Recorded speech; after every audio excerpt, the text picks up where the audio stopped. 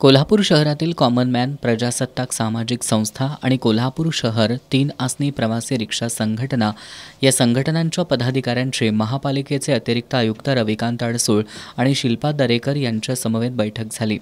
या संघटनांनी शहरातील अनेक प्रश्न उपस्थित करत महापालिका प्रशासनाला मागण्यांचं निवेदन सादर केलं। कोल्हापूर शहरात 1,70,000 मिळकती, 7 लाख स्थायी लोकसंख्या तर 2 लाख फ्लोटिंग पॉप्युलेशन असूनही सॅनिटरी विभागात मोठ्या प्रमाणावर पदं रिक्त आहेत।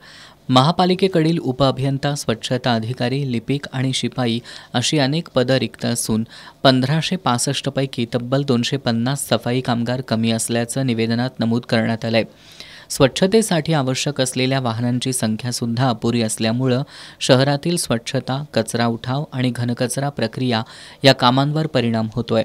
महानगरपालिकेला स्वच्छतेसारखं मूलभूत काम करणं जमत नसेल तर कर का वसूल केले जातात असा सवाल उपस्थित करत महापालिकेनं स्वच्छता आणि कचरा प्रक्रिया संदर्भात तात्काळ श्वेतपत्रिका प्रसिद्ध करावी, अन्यथा तीव्र आंदोलन छेडू असा इशारा या संघटनांनी दिलाय। दरम्यान शहरातील संघटनांनी उपस्थित केलेल्या प्रश्नांवर काम चालू असून लवकरात लवकर आपल्याला यामध्ये प्रगती दिसून येईल असं आश्वासन महानगरपालिकेचे अतिरिक्त आयुक्त रविकांत अडसूळ यांनी दिलं।